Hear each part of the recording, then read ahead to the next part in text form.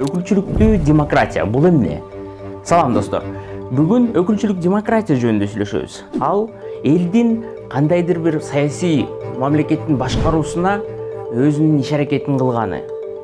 Түздөн түз катышууга мүмкүнчүлүк жок. Анткени эл көп. Ошондуктан эл шайлоо аркылуу атайын өзүнүн өкүлдөрүн добуш аркылуу тандап алат. Алар депутаттар болушу мүмкүн, же болбосо президент. Эмне үчүн өкүлчүлүктүү демократия дүйнөдө дагы, Кыргызстанда да популярдуу болуп эсептелет. Биринчиден, ар бир жаран келечекте боло турчу саясатты, кандай программа өнүгүү болоорун ошол өкүл аркылуу билип, бардыгы катыша алат.